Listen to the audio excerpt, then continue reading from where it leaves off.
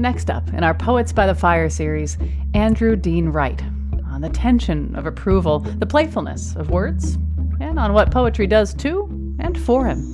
I think poetry requires you to look more closely at your world.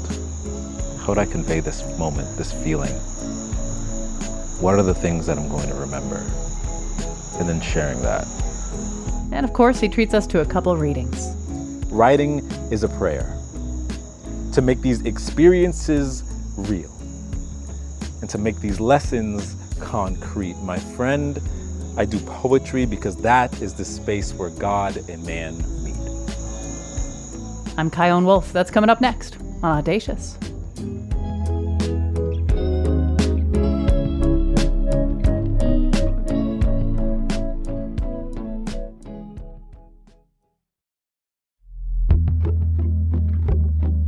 From Connecticut Public Radio in Hartford, this is Audacious. I'm Kyone Wolf.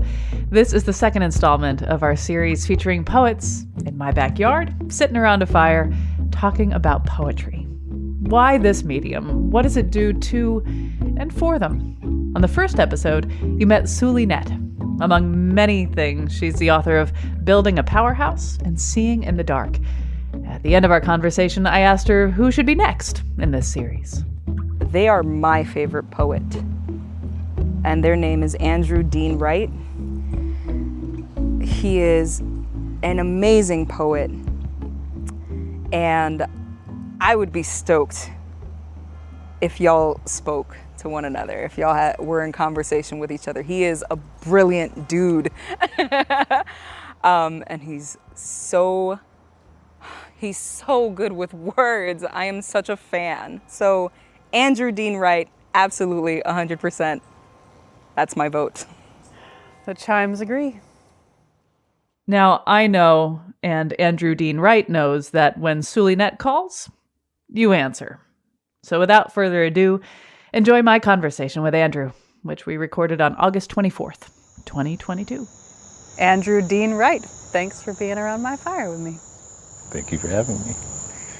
So I want to start our conversation by bringing up the poet Suli Nett, who said you are her favorite poet. Yes. First of all, I'd like to hear, how does that feel, hearing that Suli Nett, this powerful poet, feels that you are her favorite? Feels like quite a mix of things.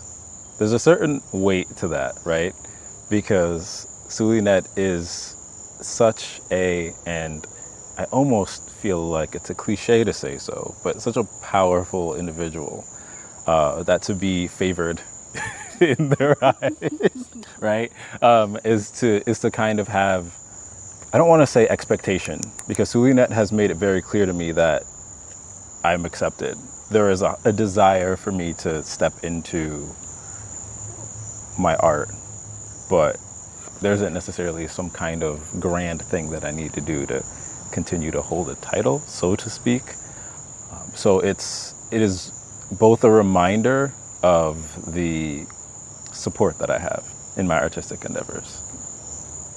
It sometimes can feel a little bit lonely or hard to feel like, does anybody even see this? Does anybody even like recognize what I'm doing or what have you? Especially when, as of late, I haven't been as active in the broader community. So to have someone who is still active and prolific and magnificent in so many ways on their own, give me any kind of praises. It's both flattering and sobering. You make me think about how, with the exception of Suli Nett, when I think about poets, I don't think about cocky poets. I mean, don't get me wrong, a few come to mind, but there's a certain sort of modesty about poetry, while there is also an exhibitionistic sense to poetry. Like, you're writing to express yourself, you're writing to connect. But it's also so often tender and so personal. So do you think that because you're walking that tightrope of knowing that you're a wonderful poet and also like, oh, she thinks I'm good? Like not needing that validation, but wanting it. I'd like to hear more about that tension. I think to speak to some of that tenderness that you kind of talk about, I think that most, if not, I'd say all art in a way is really about conveying a feeling or an idea, right? And I think writing has a bit of a privilege in being a very literal version of that in some ways, depending on how good you are at abstracting your ideas. And to do that effectively, I think that has to have a level of vulnerability. One of the conversations I regularly have with some of the people I'm close to is the idea that vulnerability is how you get intimacy. And if you're not being vulnerable in your art, then I don't know. What even is it? Yeah. What are you doing here? Right. Like, okay. Did you grow up with that vulnerability being celebrated or encouraged? Not super often, no, right? I had a great example in my mom in terms of being attached to writing overall. Seeing her read and her reading to me and having those, when I was very small, having that be a moment of connection with her. And just her seeing my excitement when she read to me all the time and being like, hey, I can teach you how to read. So reading itself, like learning how to read and write, were a huge point of connection from me and my mom with one another. And that just kind of carried on. But there are plenty of other spaces and areas in my life where I didn't really feel like I was afforded that level of intimacy. I have conversations with some of my loved ones about gender roles and ideas and like being a soft boy, so to speak. And all of the ways sometimes I wrote specifically because I didn't feel like anyone would actually hear the feelings that I had, that, I would at least have to make it artistically meaningful for it to actually carry over to another person. I had to earn that ear. There's just a mix of all of that in there when it comes to feeling like it's an avenue when I'm unheard or it's something that deepens connections with others. It's served both of those purposes for me throughout my life. The first poem that I want you to read is called The Reason. That's one of my favorites, actually. Oh yeah? Yeah, it is. It's a poem that I wrote at a very different point in my life, but has kind of persisted in its meaning for me through time, even though a lot of the images and concepts in it have kind of shifted. Biggest example being I was very religious at the time and I'm not anymore. And so the symbols in there mean different things to me, more or less, but they still carry the weight. Like I think that regardless of my metaphysical leanings, the images, the stories still kind of hold true. A friend of mine once asked, Andrew, why poetry, of all things? I said, well, there's the written word and the spoken art, so that answer kind of comes in two parts, but I'll do the best I can. For one, I speak because I take after my father. The origin of lights made me in its likeness. And despite the parts of me that are broken, I'm hoping to show you that I am just a fraction of the only true bard, pulling shards of shrapnel out of myself so that you can see the Spirit of God through the tears in this vessel. I speak because I want to share with you the lessons that I've learned. Because if I'm honest, These lessons are the only of my possessions that I have actually earned. I have bled for these lessons. So if they carry with them any measure of wealth, I would share that with you, my friends and my family. I would stand candid and naked before you like our parents did in the garden. In the days before these dudes limped the streets, bragging about how much their hearts have been hardened. It's true that a stone has more structural integrity than a sparrow, but a stone cannot fly. So if you must speak of stones, let us be like David, staring our giants right in between the eyes, because if we're honest, those giants are also you and I. True love can only exist where selfishness has died, so I refuse to be selfish any longer. I refuse to lock my life behind these lips when the one who keeps his eyes on little birds use words to make this world exist. This is when I am my strongest self. You can go and ask Goliath. But before I get too long-winded, let me talk to you about writing. See, I write because we can all be a little hard of hearing sometimes. And I learned early on, in the times where no one would listen, there is power in the knowledge that it has been written, and it has been written. Writing is where I acknowledge my weaknesses. It's where I become like Jericho, letting my walls fall so that God can march in and inhabit these bones. God inhabits these bones, so I break myself over pages for those words to supersede my own. Writing is a prayer to make these experiences real and to make these lessons concrete. My friend, I do poetry because that is the space where God and man meet.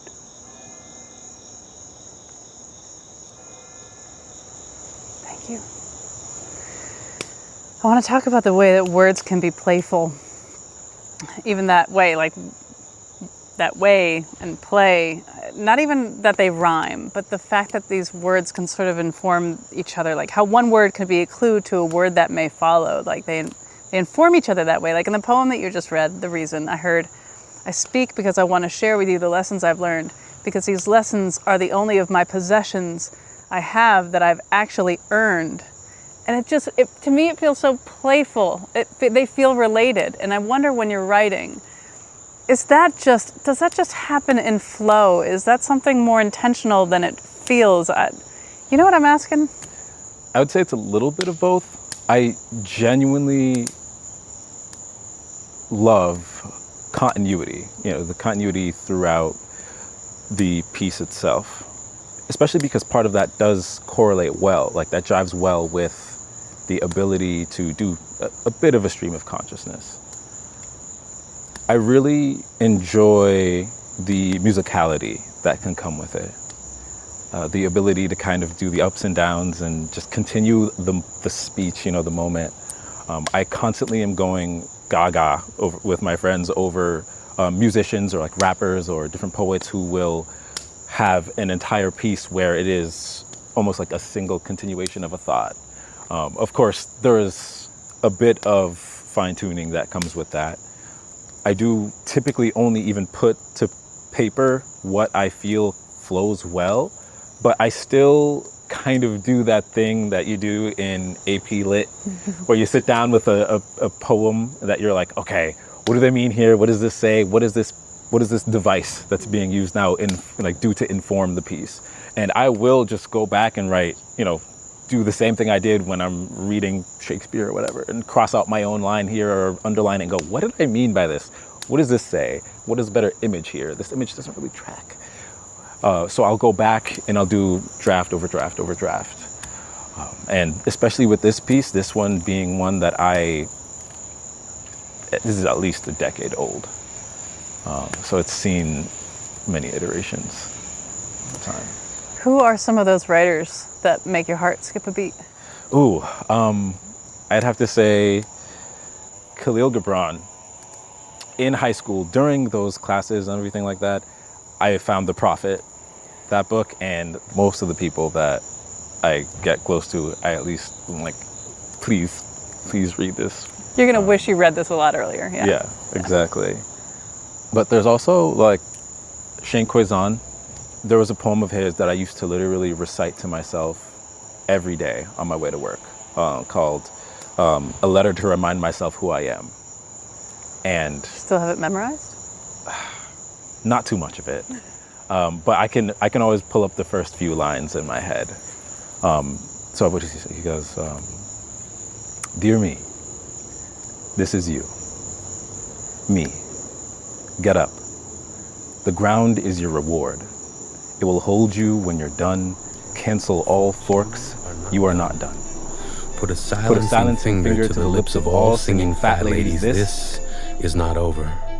Reel in all finished lines, steal the sound of the metal ringing hanging in the air and put it back in the bell. One more round we go. Get up. There are sunsets that need to be signed off on. Snowfalls that need your approval.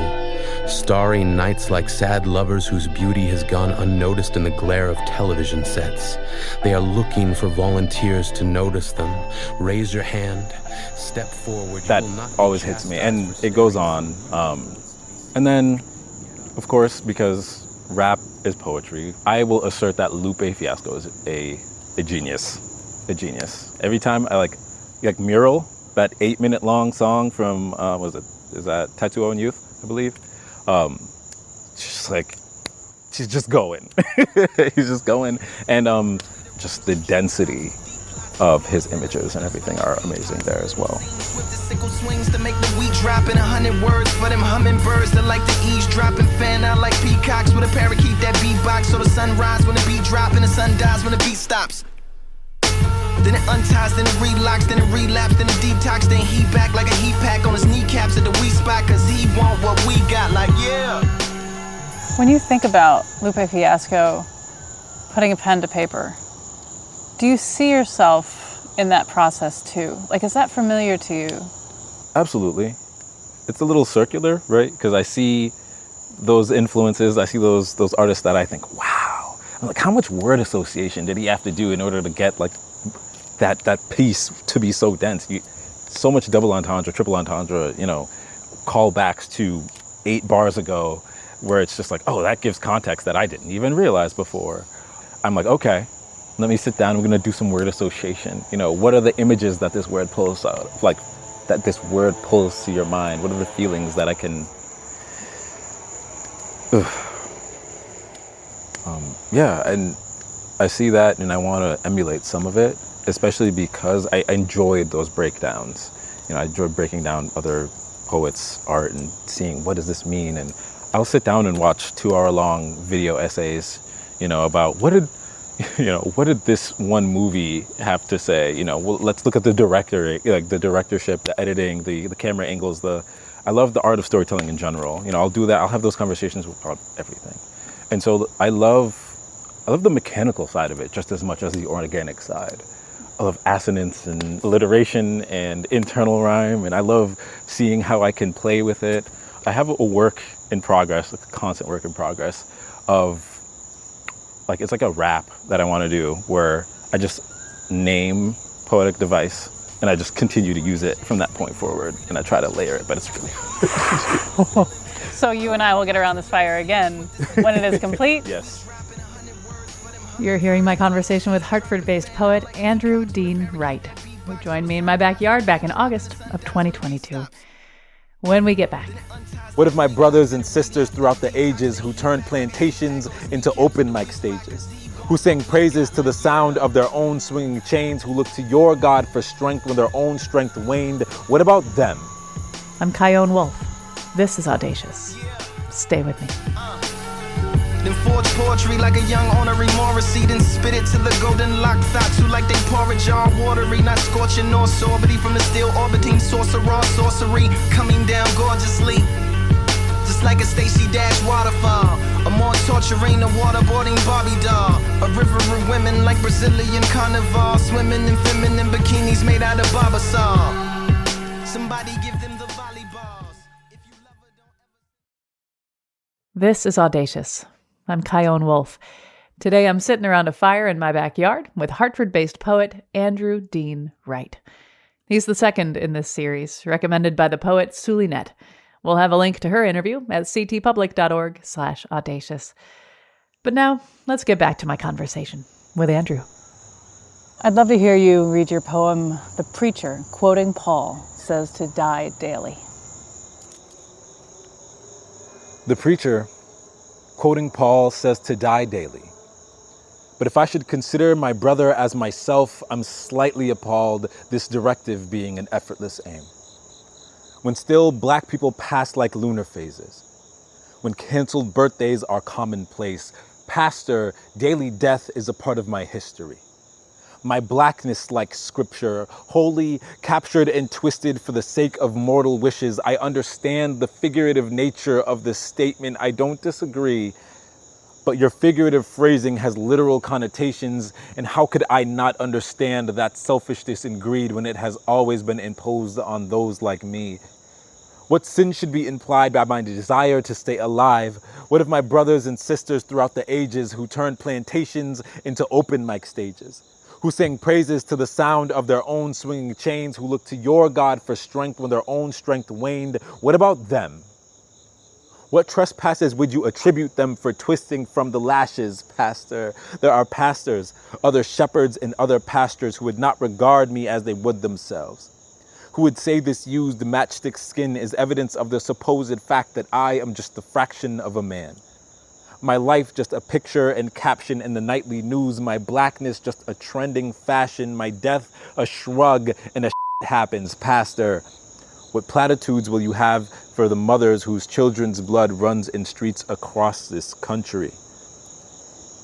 When it feels like caskets outnumber graduation caps, pastor, I think this tension deserves more than just a passing mention in your Sunday services. Pastor, the God you worship is supposed to be one of justice.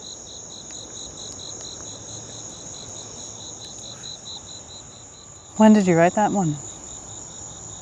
Even though it is evergreen.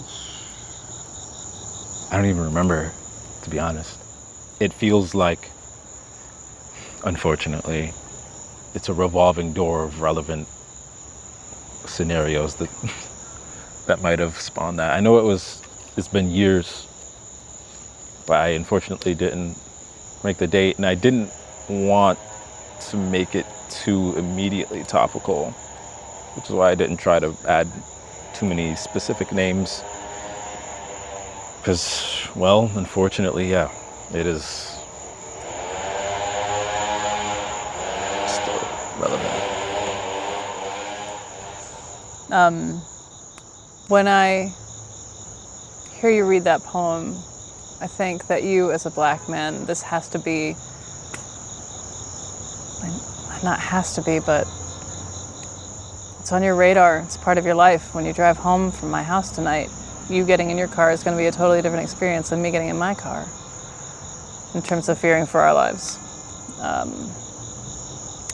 And so I think if you didn't write about this, like, what else would you be writing about?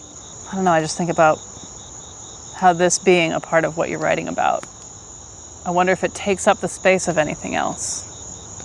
But you also don't have an alternate life to compare it to. Right. I'd say that even in my position, like, there are, of course, several aspects of privilege that I have and hold and, engage in. I'm a strong believer in intersectionality, but yeah, like, there are things that create poems like that, right? And that's just from all of my lived experience, familiarity with the church in general, and the ways in which white supremacy and the church interact, even within Black church communities, and having friends from white communities and going to their churches, going to different churches and seeing how these things are talked about or not. The way our country itself, the way our superstructures incentivize or disincentivize, if not the conversation, at the very least, any effectual change being had by them. And honestly, I think about it, and there are times where, of course, I'm just a person. Like, it doesn't come into effect. It doesn't do anything. But there are times where, even recently, like, someone that I hadn't spoken to in a long time just randomly messaged me just to slur. and like you're just living life, right? You're just enjoying yourself. I'm just me. And then suddenly the fact that I am what I am is a problem to someone. It makes everything about it. So yeah, I don't want it to be. That's why I hesitate to even write about it sometimes. I don't want it to be. I don't want to be the person that just gets up and, I don't want to be, he's doing the identity politics thing. Of course, everything I do is informed by who I am and by my identity, but, How else can it be? Right. But it's a problem because somebody else made it a problem. When you write a poem like that, how much of it is for you and how much is it for the person listening or reading it? I want to say 50-50. I want to say 100%, 100%. I very much believe in challenging the structures that you're a part of. My boss loves me, by the way, at work. But I very much believe in looking at the structures and the organizations and the things that you are deeply ingrained in, which I was at the time, and being like, okay, so like, what are we doing though? Like, we say we have this goal, we say we want this thing, we say we're going to aim for this, then like, what does this mean? And I think that in and of itself, that specifically can apply across the broad spectrum of not just, religious structures, but any organization that says, hey, we're here for the betterment of people. It's like, okay, so then why are we paying lip service? Why are we quiet? Why are we just letting things go on as they are? At the very least, why are we not having this conversation? Because I've been to those churches, those spaces where, I'll go to one church and it'll be a big, that will be the sermon, and then everybody will shake hands and have Kool-Aid and, snacks, and we'll go home and we'll go back to work, and that'll be it. I want to hear some love poems. Now, I think love is in every poem, but there's quite a few that I really loved. Will you read Dear Poet?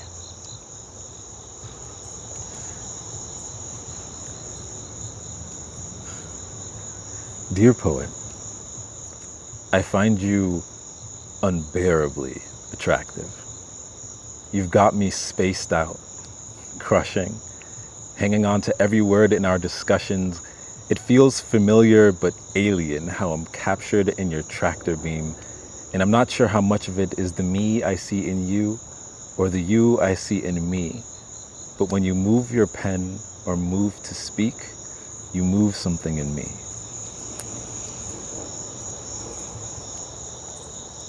Was that about one person? It feels like a cop-out, but for a lot of these, some are explicit exceptions. But for a lot of these, I would say yes and no. There is usually an inciting incident. Those are the best. Yes. Yes. But I have to be honest with the amount of romanticization that sometimes goes into it, right? Like it almost feels unfair to be like, yeah, this is this one particular person when I'm kind of lumping all of my stuff onto them in the middle of that piece. But yeah, there was definitely someone who made me go, I have to write something like this, at the very least. Now, I feel like in the times I've written poetry, God, the love poems are just the easiest. Is that the way it is for you? I mean, and by easiest, I mean they just flow. I mean, they just create themselves in a way that no other subject can. Oh my goodness, yeah. It's really funny because there have been times where someone would be like, Andrew is a love poet. And I'd be like, what? Like, I didn't even think about that. And then I'd go back and I'd look through my poems and be like, oh, a majority of these are kind of in this space. Yeah, huh. It does just you just kind of vomit it out a little bit. What do you make of that? Just that way that it has with us, too. I almost, at times, would feel controlled by the poem as I was writing it. I don't know. What do you make of that? I think it works that way in the same way that for a while, for myself at the very least, writing poems about negative things was very easy as well. Articulating yourself when the feeling is strong can sometimes be a little bit, I wouldn't say easy mode, because you can lean over into the realm of being overwhelmed and not be able to articulate yourself at all. But I think in the same way that you come home and it's a hard day at work or what have you, and you're like, oh my God, I need to unload. Or something amazing happened, you're like, oh my goodness, and you're just talking forever about something it's why one of my favorite questions to ask people when I first meet them is, what are you passionate about? I think it draws your attention to something. It makes you pay attention. And when you love someone or something,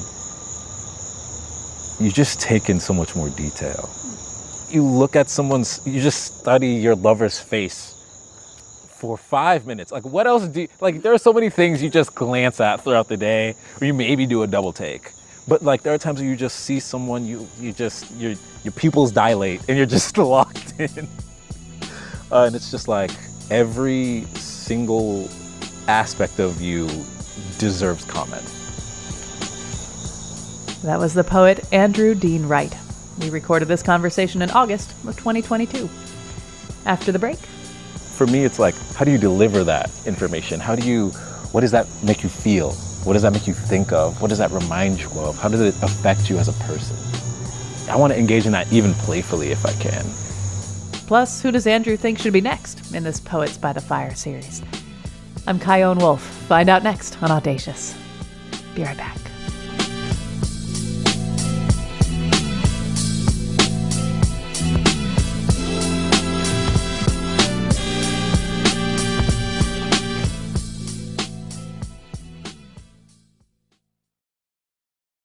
This is Audacious. I'm Kyone Wolf. Andrew Dean Wright is a Hartford-based poet who joined me for this second installment of conversations I'm having with poets around a fire in my backyard. We recorded it at the end of August 2022. Let's get back to it. When Sulinette so enthusiastically suggested I have you around this fire, I looked you up. And actually, one of our listeners wrote to me saying, I looked this guy up, but couldn't find anything. Where can I get his book? And so your stuff is not published, with the exception of some on your Instagram. Why not? I have a tendency to kind of shy away. As much as I talk about the ability for poems to allow me to connect and to convey meaning and what have you, I do find it hard at times to exist in the spaces where I need to network and to engage with X, Y, and Z aspects. Create content? Yes. Ugh, I hate that word. I admittedly did start writing, at least to the degree I ended up writing, because I didn't have that many people to really convey some of those ideas to. And so it almost is surprising in a scary way to be like, oh, people want to see this. People want more of this. Oh, it's just.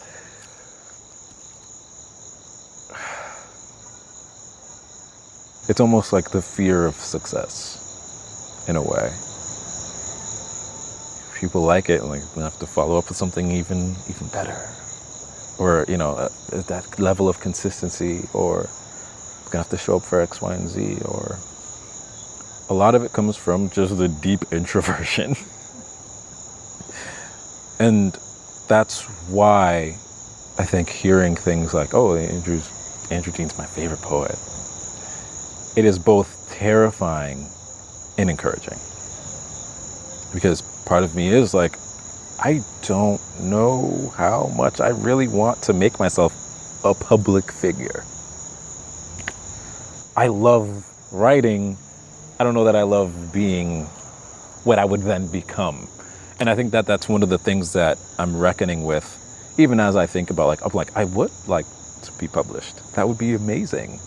What does that mean for who I, like for what I have to do? What am I going to then be responsible for as far as my public showing of myself is concerned? So you are a private poet. Correct me or amend me.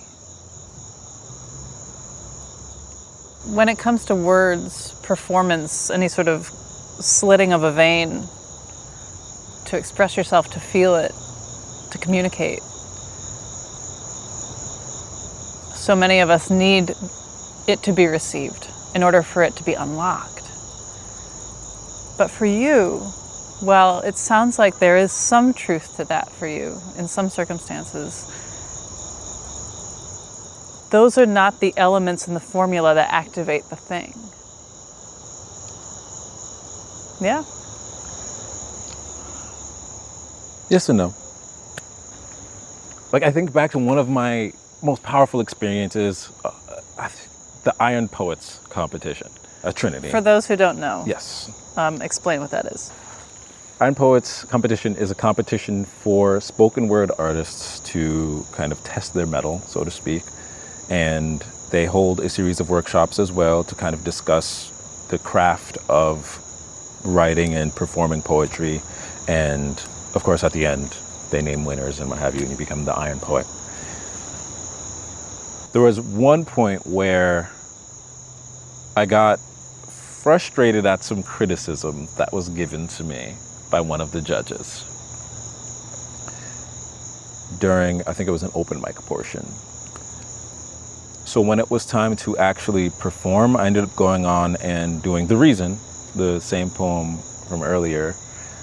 And there was a point during that where I felt as though I had fully entered the piece and like I knew that I had the audience and they were just with me in it and we were just locked in and it was just us in that moment and that peace and that feeling. And I don't think I can say I have ever felt anything like that feeling in my life. So to say that I don't enjoy the public aspect, I feel is very selectively true, because once I do get that feeling of connection, there's nothing like it. I have a hard time knowing how to get to that space in general, like in just general life. You know, you meet somebody and you're like, hey, how's it going? How do we get past all of this preliminary stuff? And I'm like, okay, what are your thoughts about like determinism? You know, like that's not an opener, you know, like well, maybe. In my world, that's a great opener. But in that same way, there's a degree of, I don't know, I don't want to say fluff, but it's hard for me to come up with another word in the moment that I feel like I have to engage with that drains me. The moment where it clicks and it connects is when I'm like, oh my goodness, the world has opened up, but I feel like I fight and struggle to get there. And I feel from what you were saying and how you were saying that if you did publish a book, and let's say it was so well received, and you are going on a tour and your performances are amazing and you're in the zone and you're getting those connections every time you go to the next stop and the next stop and the next stop. Tour's over, books are sold out, Instagram followers. And what I'm intuiting from you is that then what? That pressure as an element may be corrosive to your process, may stifle you. That pressure may make the entire process, which before you loved so much and felt so natural, suddenly you're a content creator. Am I intuiting that fear right? I think so. And there's even a degree to which I think that happened, like you can probably tell with my Instagram. I remember I hit 1,000 followers and I was like, ah. And at that point I was still, I don't know, I was just writing and like, let me throw this image on here, on this image on here and superimpose the words and throw it up. And if it does gangbusters, awesome. If not, who cares? And then suddenly I'm like, I hit 1,000 and I'm like, oh no. I had someone stop me like in a store and was just like, you're Andrew Dean Wright, right? At the time I went by Meta Poetic, so it was a different thing. But you're Meta, right? And I was like, yeah. Like, oh my God, I follow you on Instagram. And I was like, what? I'm like, oh my God. And it was like, that's awesome, but also, oh my God, It does feel a little different when it starts to feel like an obligation. And it might not be fair to myself to assume that that's going to be where I'm at before I even give myself a chance to be there. Because if I put out a book, I put out a book. Okay. What I get to do next is still up for me to decide. The pressure, so to speak, would only be, it'll be external, but it'll be as internalized as I accept it. And I recognize that out of the gate, which is why when I hear like Andrew Dean is my favorite poet, I'm like, that's amazing. And I want to live up to that to the best of my ability, because I love writing and I love the connection and the people who love that writing entirely. There's so much of my own fear to overcome in that regard. It's just my own fear. I'm just scared. Now everybody knows you're human, Andrew Dean Wright. When you picture yourself old and gray, if you be so lucky, what has poetry done for you? I feel like poetry has taught me how to see the world. From writing limericks in middle school and learning about how fun it is to make up the rhymes and see the people that chuckle at my little limerick about a guy who put, I think it was Jello powder on himself and he became yellow because of it. Because it rhymes with Jello? Yeah, absolutely. That's good. Yeah, genius already. And so like from that to high school and breaking down, like, what do they mean here? What does this device used in this place mean for this? And one of my English teachers, Mr. and Mrs. Pesca, two different English teachers, that I had them both. Mrs. Pesca, in the school newspaper, looking at the poetry section, she's so mean. She was just like, why is anyone else's poems even in this section? She read my poem to the class. And just being like, of course it's entirely cruel, but feeling so encouraged. Having people come alongside me and connecting with me and saying, continue. I see you. I see what you're doing. And being able to be encouraged in that same thing that also allows me to look deeper. How do I define this? How do we see this? Why do we see this way? What does this symbol mean? I think poetry requires you to look more closely at your world. And I love the ability to do that. I love all of the small things. Because it's like, how would I say this? How would I convey this moment, this feeling? What are the things that I'm going to remember?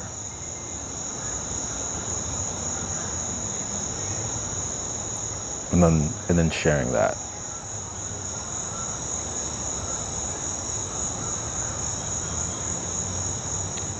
again, that vulnerability and that intimacy. I think it enables that. And that's a state you want to be in. Yeah, absolutely. I don't know how else I could live. It seems like it would be, pardon the cliche, so hollow to not have that. Do you feel like poetry is a part of your operating system? Or is it something that you feed and water so it stays?